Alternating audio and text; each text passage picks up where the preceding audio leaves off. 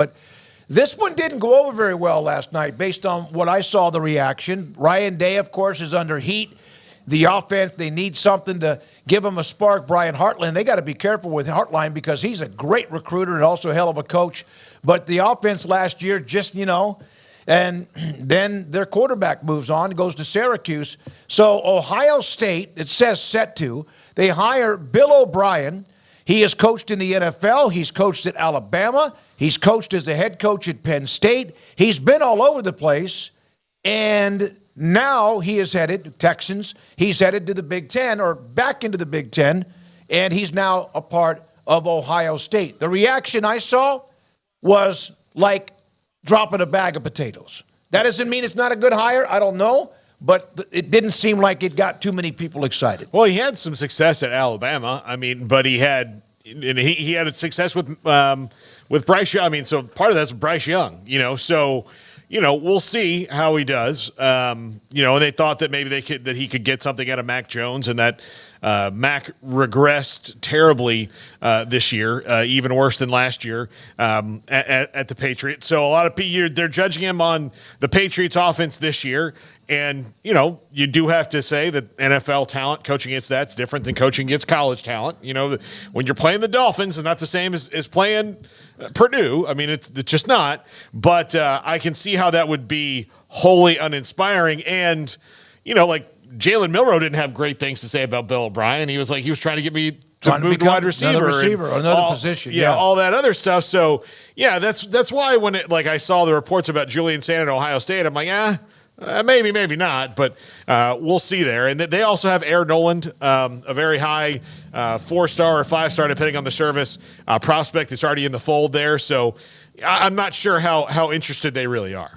Yeah, that's part of it, but unless there's a domino that falls, then Air Nolan's the one in the transfer. That's the thing is, who knows how the puzzle piece unfolds, because only some of this is somewhat predictable, but there's a lot of it, too, that you just can't you can't know for sure. So, yeah, maybe they decide they've got enough in the bag, but regardless, that was a hire that got slammed from pretty much every direction. I did see, some people that talked themselves into or really felt like it was a good hire. He's obviously got more experience than just about anybody out there, and I understand that some of it's very uninspiring, so I get the sort of hesitancy to get too excited, or the complete lack of excitement for some people in some circles, or for those fan bases who are laughing at Ohio State and loving the opportunity to dunk on them because they think it's such a bad hire. But we'll see in the wash. The guy's super experienced. I know it's bland. I know it's not the big exciting type of football that probably a lot of Ohio State fans would prefer, but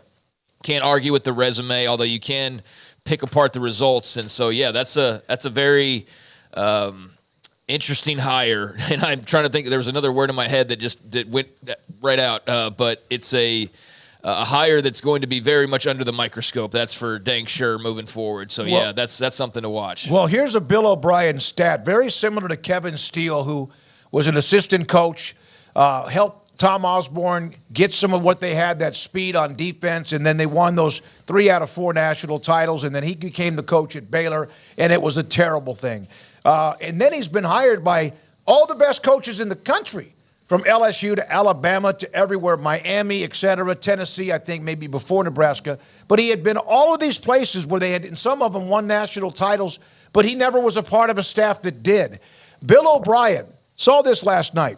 He was with Bill Belichick for 6 years, one last year, and Nick Saban, right after they had won their 6th national title with Saban, and never was on a staff where he won a Super Bowl or a national championship. When you're playing by rolling the dice, it's either Belichick or Saban. You would think you would have picked up one.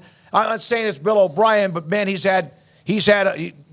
those guys win titles, but he has not been a part of them. Yeah, you mentioned Kevin. They're the same guy. They're there for the good years, not the great ones.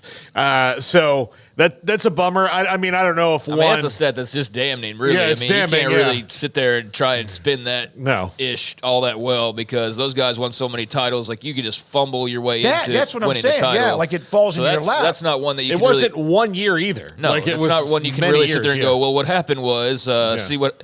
and this guy got hurt, and then no, I mean that's a pretty damning stat. He is not.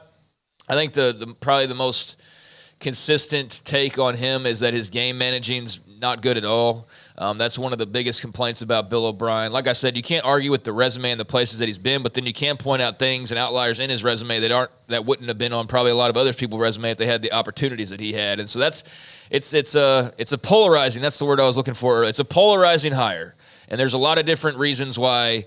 You can break down why Ryan Day made this hire, but the guy is uber experienced and has been around a long time. So we'll see. I mean, we'll see what happens, but there's definitely reason for a Michigan fan or Penn State fan or whoever they want to sit there and have fun at the expense of Ohio State. It's easy to do that with the Bill O'Brien hire. I've seen plenty of Ohio State fans trying to rationalize, well, this would be a good move.